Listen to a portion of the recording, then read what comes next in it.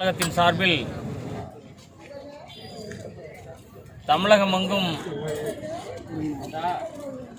அரசாணை வெளியிட வேண்டும் என்றும் எஸ்சி பட்டியலிலிருந்து தேவேந்திரகுல வேளாளரை வெளியே எடுக்க வேண்டும் என்ற கோரிக்கையை வலியுறுத்தி கடந்த 375 நாட்களாக கருப்பு சட்டை போராட்டம் தமிழகமெங்கும் நடத்தி கொண்டிருக்கின்றோம்.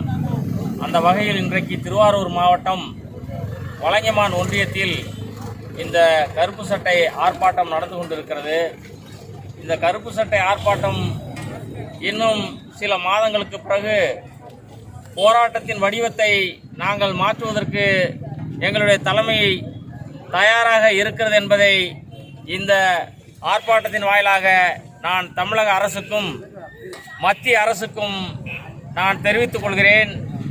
தொடர்ந்து இந்த போராட்ட வடிவம் மாறும் பொழுது ஒன்று, எந்த கட்சி எங்களுக்கு வாக்களிக்கிறதோ, எங்களுக்கு எந்த கட்சி தேவேந்திரகுல வேளாளர் என்ற அரசாணை வழங்குகிறதோ அந்த கட்சிக்கு ஒட்டுமொத்த தேவேந்திரகுல வேளாளர்கள் வாக்களிப்பார்கள். இல்லை என்றால் இந்த கட்சிக்கு நாங்கள் வாக்களிக்க போவது இல்லை.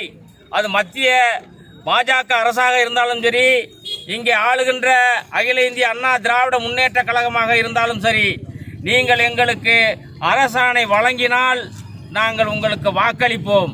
இல்லை என்றால் மாற்று கட்சிக்கு நாங்கள் வாக்களிப்பதற்கு எங்களை தயார்படுத்திக் கொண்டிருக்கின்றோம். இதான் இறுதிக்கட்டமாக இருக்கும்.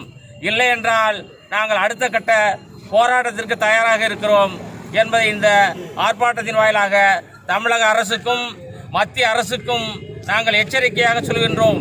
நீங்கள் கொடுத்தால் நாங்கள் வாக்களிப்போம், நீங்கள் எங்களை மிதித்தால் நாங்களும் அடுத்த முகாமுக்கு நாங்கள் வாக்களிப்பதற்கு தயாராக இருக்கிறோம் என்பதை இந்த சந்தர்ப்பத்திலே நாங்கள் தெரிவித்துக் கொள்கிறோம். ஓகே.